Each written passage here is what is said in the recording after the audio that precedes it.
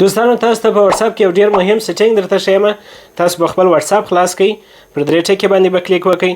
دلته تاسو وګورئ سټار میسج لیکلی دی. دا د څه لپاره کار کوي؟ زیات وخت تاسو د دې مشکل سره مخ یاست چې کله تاسو په واتس اپ کې د یو کس سره میسجونه کړي وي، هغه یا د کاروبار په اړه وي، یا د حسابونو په اړه وي، او یا د یو بل داسې مهم شی په اړه وي چې د هغه څخه میاشت وروسته یا کال وروسته تاسو هغه میسجونو ته ضرورت وي، نو تاسو د هغه کس واتس اپ ته ځئ او په هغه میسجونو پسې ګرځئ، چې دا ډیر په مشکل سره پیدا کیږي او کله کله خو بیخي څوک پیدا کولی هم نشي. نو په نننۍ ویډیو کې د واتس اپ یو ډیر اسانه طریقه درته ښیم چې تاسو وغواړئ هر میسج ورې ثبتولی شئ. هغه که کال بعد تاسو ورته ضرورت وي یا 10 کاله بعد، تاسو به په اسانۍ سره وکولی شئ چې هغه میسجونه ډایرکټ خلاص کړئ. تاسو چې د کوم چا میسجونه دغه سټار ته راوستل غواړئ، تاسو به دغه کس پر واتس اپ باندې کلیک وکړئ او کوم میسج چې تاسو غواړئ چې په سټار کې راولئ، پر هغه میسج باندې به کلیک ونیسئ او دلته لوړ تاسو وګورئ دغه د ستوري نښان دی، تاسو به پر دغه نښان باندې کلیک وکړئ.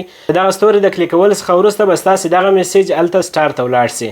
دغه رقم نو چې تاسو هر میسج غواړئ چې هلته به سټار کې راولئ، تاسو به فقط پر هغه میسج باندې کلیک ونیسئ او دغه ستوري نښان به ووایي او ستاسو میسجونه به ټول هلته به سټار کې راشي. دوستانو کوم ویډیو خوښ شوي ویډیو لایک کړئ، د خپلو ملګرو سره شریکه کړئ او که پیج ته نوي راغلي یاست پیج در سره فالو کړئ. تر بیا پورې ښه وخت.